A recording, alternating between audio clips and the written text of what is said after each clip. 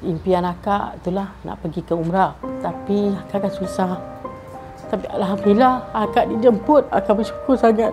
Kalau akak sendiri nak simpan duit mungkin tak sampai. Akak struggle lah dalam hidup. Kak nama Kak Norma, ibu tunggal. Tanggungan akak sekarang 9 orang termasuk diri sendiri.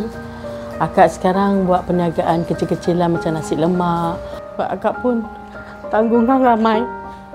Meniaga pun tahun ni tak menjadi. Tanggung anak cucu lagi. Ni cucu pun tak sekolah-sekolah sampai sekarang. Macam pagi akak dah pergi kitchen dalam pukul 9. Balik dalam pukul 8 lah.